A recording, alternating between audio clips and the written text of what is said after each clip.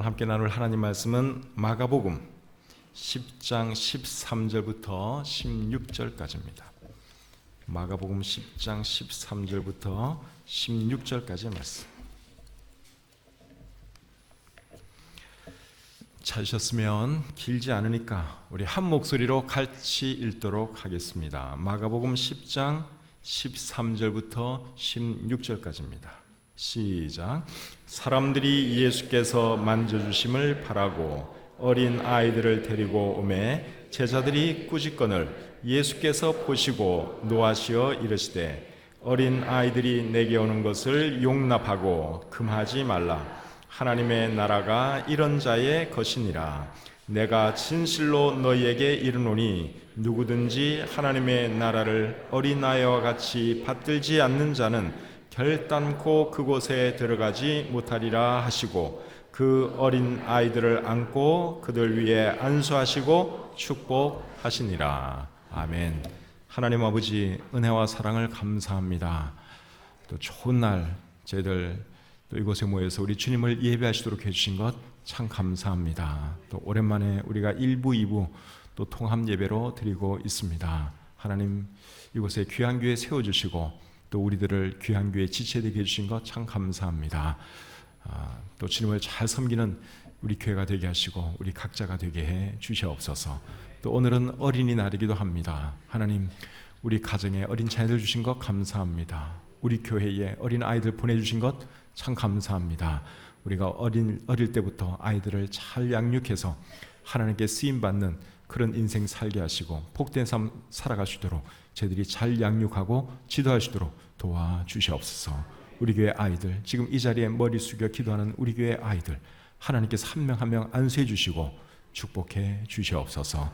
모든 것 감사드리며 예수님의 이름으로 기도드립니다. 아멘. 자리에 앉겠습니다. 얼마 전에 어떤 목사님이 제게 카톡으로 복이란 이런 제목의 글을 하나 보내주셨습니다. 근데 그 글을 읽어보니까 상당히 마음에 와 닿았습니다. 제가 한번 읽어드려 볼게요. 제목이 복이란, 이게 이 글의 제목입니다. 가난한 사람에게 물으면 돈 많은 것이 복이라 하고 돈 많은 사람에게 물으면 건강한 것이 복이라 하고 건강한 사람에게 물으면 화목한 것이 복이라 하고 화목한 사람에게 물으면 자식 있는 것이 복이라 하고 자식 있는 사람에게 물으면 무자식이 복이라 합니다. 여러분들 생각에는 자식 있는 것이 복입니까? 없는 것이 복입니까? 사람마다 대답이 다를 수가 있어요. 아기를 갖고 싶어도 갖지 못하는 그런 부분은 당연히 자식 있는 게 복이죠. 그렇게 말을 할 것이고 또 요즘은 일부러 아기를 안 갖는 부부도 많습니다. 그런 부부들은 아기가 없는 것이 복이라고 생각하기 때문에 또 일부러 아기를 안 갖는 것이죠. 근데 성경은 여러분 뭐라고 말을 할까요? 성경은 아기 있는 것이 복이라고 말합니까? 아기 없는 것이 복이라고 말합니까? 성경은 아기 있는 것이 복이라고 말하죠. 시편 127편 3절부터 5절에 보시면 이런 말씀이 있습니다. 보라, 자식들은 여호와의 기업이요 태의 열매는 그의 상급이로다. 젊은 자의 자식은 장사의 수중의 화살 같으니 이것이 그의 화살통에 가득한 자는 복되도다. 자녀들 많이 있는 자가 복되도다. 그렇게 말씀을 하고 있습니다. 시편 128편 3절 4절은 또 이렇게 말합니다. 내 집 안방에 있는 내 아내는 결실한 포도나무 같으며 내 식탁에 둘러앉은 자식들은 어린 감람나무 같으리로다. 여호와를 경외하는 자는 이같이 복을 얻으리로다. 그래서 아이들 많이 이렇게 있는 그런 집안이 복된 가정이라고 우리 성경은 말씀하고 있습니다. 그래서 정통파 유대인들은 아기를 많이 낳습니다. 이제 구약 성경을 철저하게 믿는 그 정통파 유대인들은 이 아기를 많이 가져요. 그래서 일부러 아기를 안 갖거나 그러려고 하지를 않습니다. 하나님이 주시는 대로 아기를 다 낳습니다. 그래서 미국의 정통파 유대인들이 굉장히 많은데 그 가정에 보면 뭐 보통 아이들이 뭐 5, 뭐 7 굉장히 많습니다. 자식 많은 것이 복이라고 믿기 때문에 그렇게 많이 자식을 낳는 것이죠. 우리나라의 출산율은 지금 전 세계 최하위 수준입니다. 그러다 보니까 우리나라 이 사회가 지금 빠른 속도로 고령화되고 있죠. 이게 참 보통 심각한 문제가 아닙니다.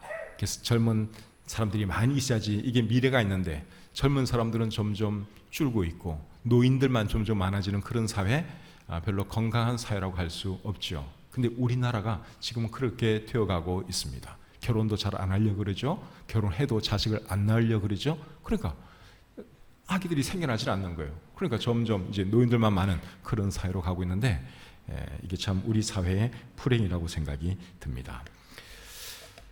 그런 상황에서 또 얼마 전에는 낙태를 합법화하는 헌법재판소의 판결이 있었습니다.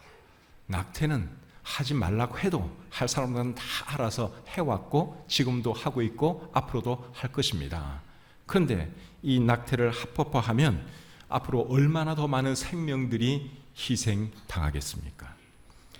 그래서 이 낙태를 합법화할 것이냐 말 것이냐 하는 이것은 결국 태아의 생명을 더 중시 여길 것이냐 아니면 여성의 선택을 더 중시 여길 것이냐 하는 문제인데 여러분 생각에는 어느 것이 더 중요합니까? 우리 성경은 어느 것이 더 중요하다고 말합니까? 여성의 선택이 더 중요합니까? 태아의 생명이 더 중요합니까?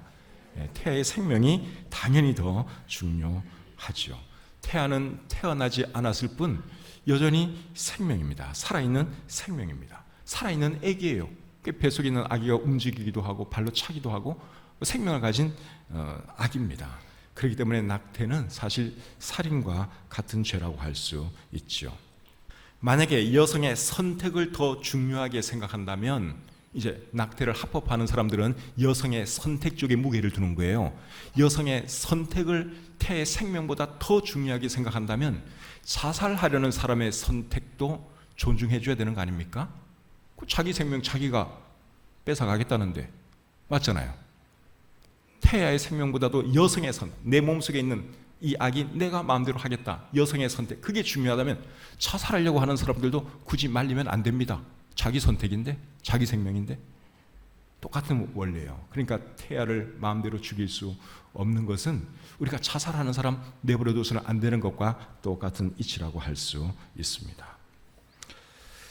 그래서 우리나라가 성경의 가르침과 점점 가까워지는 그런 나라가 되어야 되는데 지금 우리나라는 성경의 가르침과 점점 멀어지고 있는 것 같아서 마음이 참 아픕니다.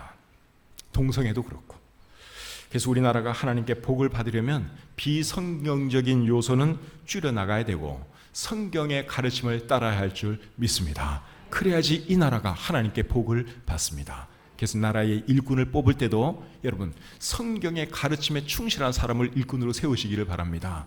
어느 당 그것보다도요 어떤 사람이 더 성경의 가르침을 잘 따르는 사람인가, 어떤 분이 성경의 가치관에 조금 더 근접한 사람인가, 그거를 보시고 여러분들이 일꾼도 뽑아야 하는 것입니다. 그래야 이 나라가 잘 되고 복을 받게 되는 것이죠. 오늘 이 본문에 보시면 사람들이 어린아이들을 예수님께 데리고 나왔습니다. 그때 예수님의 제자들이 어떻게 합니까? 꾸짖었어요. 그것을 보시고 예수님께서 제자들에게 노하시면서 뭐라 그러셨죠?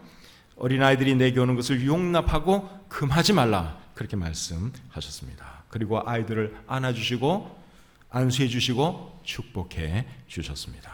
오늘 이 본문을 통해서 우리에게 주시는 교훈이 무엇인지 함께 알아보기를 원합니다. 오늘 이 본문은 우리에게 크게 세 가지를 교훈해 주고 있습니다. 첫째는 아이들을 예수님께 데리고 와야 한다 하는 것이죠. 13절 14절 같이 한번 읽어보겠습니다. 13절 14절 시작. 사람들이 예수께서 만져주심을 바라고 어린 아이들을 데리고 오매 제자들이 꾸짖거늘 예수께서 보시고 노하시어 이르시되 어린 아이들이 내게 오는 것을 용납하고 금하지 말라.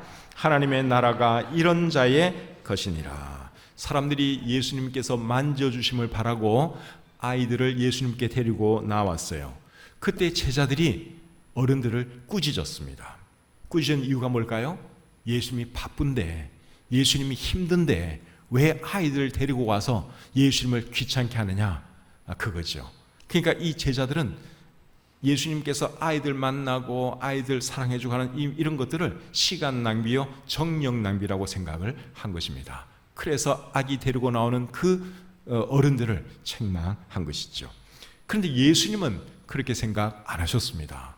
예수님은 정말 아이들을 사랑하셨어요. 아기들을 사랑하셨어요. 그래서 뭐라 하셨는가 하면 어린 아이들이 내게 오는 것을 용납하고 금하지 말라, 그렇게 말씀하셨죠. 오늘 이 본문에서 아이들을 예수님께 데리고 온 이 사람들을 보면서 여러분 어떤 생각이 듭니까? 야, 참 훌륭한 사람이다, 이런 생각이 들지 않습니까? 우리가 본받아야 될 그러한 사람들이죠. 아이들을 예수님께 데리고 온 사람들은 아이들의 부모나 조부모나 삼촌, 고모, 이모, 형, 오빠, 누나, 언니들이었을 것입니다. 어쨌든 어린 아이들을 예수님께 데리고 왔어요. 예수님께서 만져달라고, 예수님 축복해달라고 아이들을 데리고 온 것이죠. 그래서 우리들도 이런 것을 보고 배워야 하는 것입니다. 특별히 부모 되시는 분들 이런 거 보고 배우셔야 됩니다. 우리 자녀에게 좋은 음식 먹여주고 좋은 옷 입혀주고 좋은 교육 시켜주는 것도 중요하지만 그보다 더 중요한 것은 우리 자녀들을 예수님께 데리고 나아가는 것입니다. 그것보다 더 중요한 일은 세상에 없습니다. 예수님께 데려가서 예수님 믿도록 만들어야 하고 또 신앙생활 하도록 만들어야 하고 예수님 따르는 삶을 살도록 만들어야 하는 것이죠. 이것이 우리 부모들이 우리 자식들에게 해줘야 할 일이라고 믿습니다. 그런데 예수를 믿는 부모들 중에는 어떤 부모들이 계시는가 하면 오늘 이 본문에 나오는 제자들과 같이 행동하는 사람들이 있어요. 자녀들이 교회 가겠다고 하면 얘야, 다음 주가 시험인데 이번 주는 좀 쉬고 시험 끝나고 그리고 교회 가면 안 되겠니? 이렇게 말하는 부모들이 실제로 있습니다. 또 고3 자녀들에게는 얘야, 고3 때는 열심히 공부해서 좋은 대학 들어가. 그리고 나서 우리 대학 들어가서 열심히 신앙생활 해라. 그러면 전도도 더 잘 될 것이고 하나님도 좋아하실 거야. 고3 때는 교회 가는 거 우리 조금 참자. 예수 믿는 부모들이 자녀들에게 그렇게 말합니다. 그런 사람들이 우리 교회는 없는 것 같은데 만약에 그렇게 말하는 부모가 있다면 오늘 이 본문에 나오는 제자들하고 똑같은 사람들이에요. 자식들이 예수님께 나아가는 것을 막는 그러한 지금 행동을 하고 있는 것입니다. 근데 여러분 고3 때 열심히 학원 다니고 교회 안 나가고 그렇게 공부를 해서 대학에 들어가면 그 아이들이 나중에 교회 잘 나옵니까? 신앙생활 열심히 합니까? 안 그럽니다. 중고등학교 때 열심히 하다가 고3 때 한번 딱 쉬면 그때부터 이제 교회 졸업하는 거예요. 대학 들어가도 교회 안 나옵니다. 그때 많은 부모들이 후회해요. 아, 내가 잘못 선택했다. 가슴을 치고 후회를 하지만 돌이키기가 쉽지가 않습니다. 한번 세상으로 나간 아이 웬만해서 돌아오지가 않습니다. 그래서 신앙교육은 어릴 때부터 시키는 것이 중요하고 일관성 있게 시키는 것이 중요합니다. 고3이 되건 무슨 어떤 상황이든 그냥 꾸준히 신앙생활 하도록 격려해 줘야 되는 거예요. 시험 때문에 안 나가겠다는 자녀가 있으면 그래도 안 된다. 우리 교회 나가서 예배 드리고 그리고 와서 공부하자. 공부보다 더 중요한 것은 하나님께 예배 드리는 거야. 이렇게 말할 수 있는 부모들이 되어야 할 줄 믿습니다. 그런 자녀들이 나중에 잘 되고 결국 신앙생활도 잘하게 되는 것이죠. 잠언 22장 6절에 이런 말씀이 있습니다. 마땅히 행할 길을 아이에게 가르치라. 그리하면 늙어도 그것을 떠나지 아니하리라. 마땅히 행할 길을 누구에게 가르치라고요? 아이에게. 아이에게 가르쳐야지 이게 효과가 큽니다. 근데 한 고등학생, 대학생 된 자녀들에게 가르치려면 이게 안 통해요. 머리가 좀 컸다고 부모 말을 듣지를 않습니다. 그래서 학교 들어가기 전에 그리고 초등학교 때 그때 가르치지 못하면 그 아이들에게 영향 끼치기가 정말 힘듭니다. 그래서 우리 어린 자녀들 둔 부모님들은 오늘 이 말씀 잘 기억하시고 본문의 어른들이 자기 아이들을 예수님께 데리고 나간 것처럼 여러분도 여러분의 자녀들, 여러분들 손주들, 여러분 조카들 교회로 데리고 오시기를 바랍니다. 그게 여러분들의 자녀들을 위해서, 손주들을 위해서 해줄 수 있는 최고의 선물인 줄 믿습니다. 두 번째로 오늘 이 본문이 우리에게 주시는 교훈은 하나님의 나라를 어린 아이같이 받들어야 한다 하는 교훈입니다. 본문 15절 같이 읽겠습니다. 자, 15절 같이 읽겠습니다. 시작. 내가 진실로 너희에게 이르노니 누구든지 하나님의 나라를 어린 아이와 같이 받들지 않는 자는 결단코 그곳에 들어가지 못하리라 하시고. 자, 여기 보면 예수님께서 어린 아이들을 보시고 그곳에 있는 어른들에게 뭐라 그러셨죠? 하나님의 나라를 어린 아이와 같이 받들지 않으면 하나님 나라에 들어가지 못한다. 그렇게 말씀을 하셨습니다. 여러분, 어린 아이들은 굉장히 순수하죠. 요즘엔 순수하지 않은 아이들도 있기는 하지만 정상적인 아이들은 굉장히 순수합니다. 아이들은 순수합니다. 교만하지 않습니다. 그리고 하나님 말씀 들려주면 잘 받아들입니다. 그래서 어른이라 할지라도 구원받고 하나님 나라의 백성이 되려면 아이들처럼 하나님 말씀을 잘 받아들일 줄 알아야 합니다. 여기에 받든다는 말이 있는데 여기 받든다는 말은 받아들인다 그 뜻입니다. 헬라어의 그 의미는 받아들인다 그 뜻이에요. 누가복음 19장에 보면 삭개오 이야기가 나오는데 삭개오가 제가 볼 때는 그런 사람이었다고 생각이 듭니다. 삭개오는 예수님께서 자기 마을에 오신다는 소식을 듣고 어떻게 합니까? 예수님 구경하러 가죠. 예수님을 보기 위해서 나가죠. 근데 사람들이 너무 많아서 볼 수가 없어요. 이분이 키가 좀 작기 때문에 사람들 키에 가려서 예수님을 볼 수가 없었습니다. 그래서 삭개오가 어디에 올라갔는가 하면 어디 올라갔죠? 옛날 성경에는 뽕나무 위에 올라갔다고 돼 있고 개역 개정판은 돌 무화과 나무 위로 올라갔습니다. 어쨌든 나무 위에 올라갔습니다. 여러분, 삭개오는 부자였어요. 돈 많은 부자가, 그것도 지위까지 있는 부자가 여러분 나무 위에 기어 올라간다고 하는 거, 이게 쉬운 일입니까? 쉬운 일이 아니죠. 그런데 이 삭개오는 아이와 같이 순수한 마음을 가진 거예요. 예수님이 보고 싶었어요. 근데 보려니까 그 길밖에 없는 거예요. 그래서 어른, 체면 이런 거 다 내려놓고 뽕나무 위에 올라간 것이죠. 또 예수님께서 나무 위에 올라가 있는 삭개오에게 삭개오야 내려오너라, 내가 오늘 너와 함께 머물러야겠다, 그렇게 말씀을 했을 때 삭개오가 좋아하면서 또 내려와서 예수님을 모시고 자기 집으로 갑니다. 꼭 어린아이 같지 않습니까? 그러니까 어른이라도 여러분 예수님 믿고 구원받으려면 이렇게 순수해야 된다 하는 말이에요. 그런데 오늘 이 본문 바로 다음에 이제 부자 청년 이야기가 나옵니다. 근데 이 사람은 또 어떤 사람이냐? 이 사람은 영생에 관심이 있어서 예수님께 나왔어요. 선한 선생님, 어떻게 하면 내가 영생을 얻을 수 있겠습니까? 영생에 대해서 상당히 관심이 많았어요. 그래서 예수님께 찾아왔어요. 정말 잘한 일이에요. 그런데 이 사람은 결국 어떻게 되었습니까? 돈 때문에 예수님 따르지 않고 다시 돌아가고 말았죠. 마가복음 10장 22절에 이렇게 기록하고 있습니다. 그 사람은 재물이 많은 고로 이 말씀으로 인하여 슬픈 기색을 띠고 근심하며 가니라.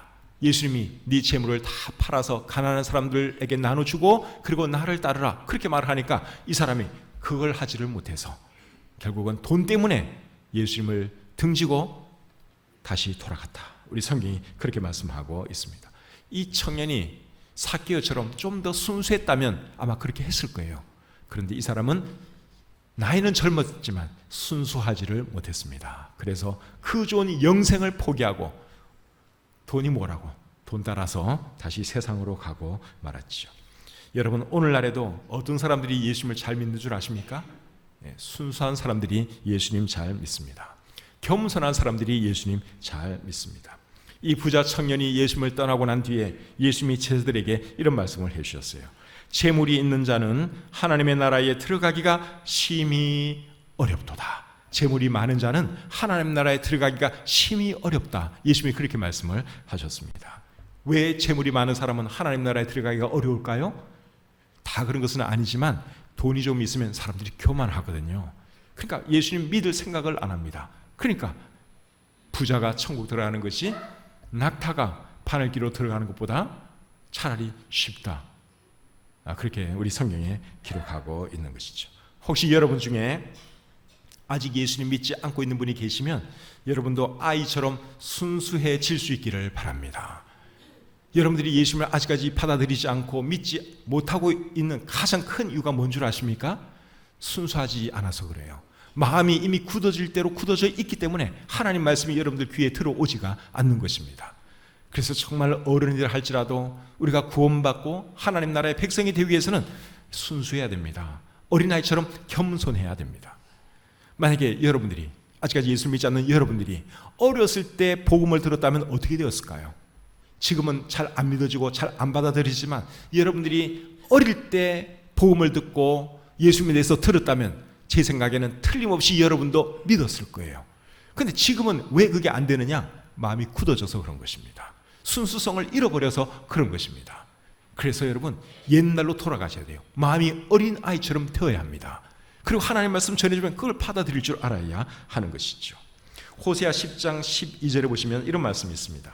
너희 묵은 땅을 기경하라. 지금이 곧 여호와를 찾을 때니 마침내 여호와께서 오사 공의를 비처럼 너희에게 내리시리라. 너희 묵은 땅을 기경하라. 우리의 마음밭, 이 굳어진 이 딱딱해진 이 마음을 기경하라고 우리 하나님 말씀이 말씀하고 있습니다.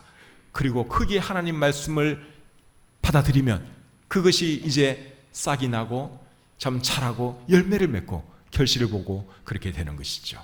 그래서 여러분 중에 아직까지 믿어지지 않는 분, 그런 분 계시면 여러분 마음을 좀 부드럽게 하시기를 바랍니다. 여러분들이 어렸을 때 복음 들었으면 틀림없이 믿었을 거예요.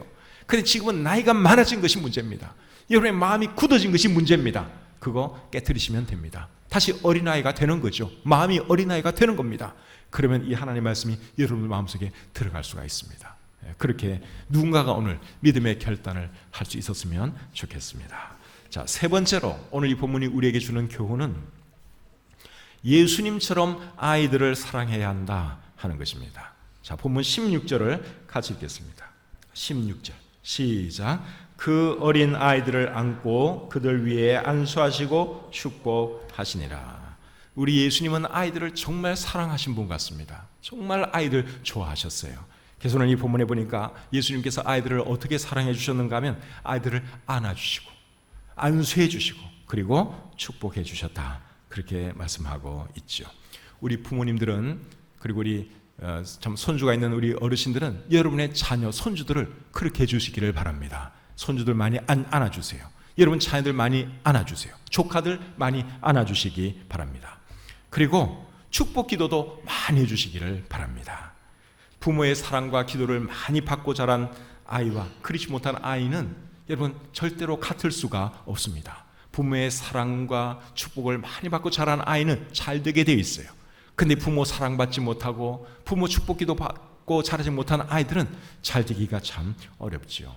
우리 교회 초등부에서 몇 개월 전에 재미있는 실험을 하나 했습니다. 좋은 말과 나쁜 말에 대한 실험이었어요.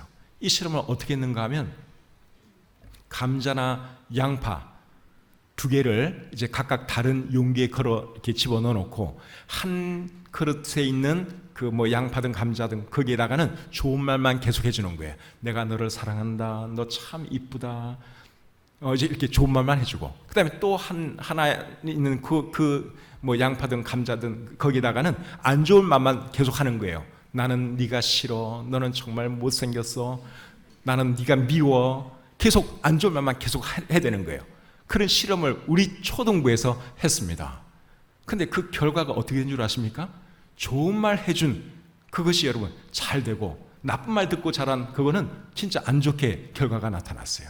제가 증거를 보여드릴게요. 자, 한번 봅시다. 사진 보세요. 그렇죠? 예, 제게 내가 누군지는 잘 모르겠지만 우리 주일학교 아이 중에 한 명이 한 거예요. 근데 축복의 말, 좋은 말 해준 양파는 저렇게 잘 자랐고, 나쁜 말, 안 좋은 말 들은 한 양파는 저렇게 시들하게 죽었어요. 놀랍죠? 이게 참 신기해요. 제 말이 안 믿어지면 여러분 오늘 가서 실험을 한번 해보세요. 양파 두 개를 딱 하나씩 이렇게 놓고 실험을 해보세요. 저렇게 됩니다. 근데 여러분 사람도 식물도 여러분 저렇게 내가 어떤 영향을 끼쳤느냐에 따라서 저렇게 다른 결과가 나타나는데, 아이에게 여러분 우리가 만약에 저런 실험을 할 것 같으면 어떻게 되겠어요? 그대로 되지 않겠습니까? 그래서 아이들 많이 안아주시고 많이 사랑해 주시고 축복기도 많이 해주는 아이들은 여러분 잘 됩니다. 근데 아이들에게 맨날 욕이나 하고 아이에게 저주 비슷한 그런 말이나 하고 사랑도 안 해주고 그런 아이들은 잘 될 수가 없습니다. 그래서 여러분들의 자녀들이 정말 잘 되기를 바라신다면 예수님이 하신 것처럼 여러분의 자녀들을 해주시기를 바랍니다. 예수님이 어떻게 해주셨어요? 안아주셨어요. 안아주신 거. 예, 우리나라 문화는 이게 원래 안아주는 문화 이런 거 아니에요. 그런데 우리 성경에서 가르치는 거는 예수님이 2000년 전에 우리에게 보여주신 거는 안아주는 거예요.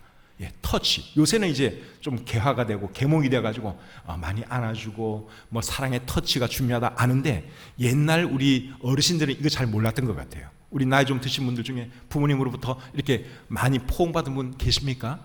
별로 안 계시죠? 옛날 분들은 그거 할 줄은 몰랐어요. 근데 이 성경에 이렇게 있는데 좀 우리 먼저 믿은 분들은 이걸 가정에서부터 했으면 되는데, 솔직히 말해서 저도 많이 저희 부모님으로부터 이렇게 많이 이렇게 포옹을 많이 받은 기억은 없어요. 괜히 쑥스럽게 생각돼가지고. 근데 성경에 예수님이 가르치는 건 이거예요. 안아주는 거예요.